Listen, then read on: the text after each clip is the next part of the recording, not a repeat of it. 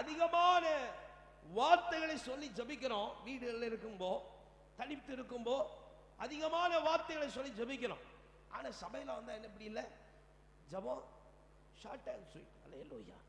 வீண் வார்த்தைகளை கொண்டு அதிகமா வீட்டிலேருந்து ஜெபம் பண்றோம். எப்படி விவரிச்சு என்ன செய்யறோம், ஆண்டவருக்கு நம்ம விவரிச்சு சொல்றோம். அல்லேலூயா, அல்லேலூயா. ஆனா கிருபை சண்டையில வரும்போ, தேவனுடைய சன்னிதானத்தில் வரும்போது என்ன செய்கிறோம், சோதரம் ரொம்ப அழகா ரொம்ப நிதானமா என்ன செய்வோம், ஜெபம் பண்ணுவோம். அல்லேலூயா, அல்லேலூயா. இந்த ஜெபத்தினால என்ன செய்ய முடியாது, தேவனுடைய செயல் வெளிப்படாது. அல்லேலூயா, அல்லேலூயா. கிருபை சண்டையில தேவனுடைய சன்னிதானத்தில் தைரியமாய் பிரவேசித்து ஜெபம் பண்ணும்படிக்கு உன் இருதயம் ஆயத்தமா இருக்குதுன்னா அதே ஆயத்தத்தோட ஜெபம் பண்ணணும். அல்லேலூயா.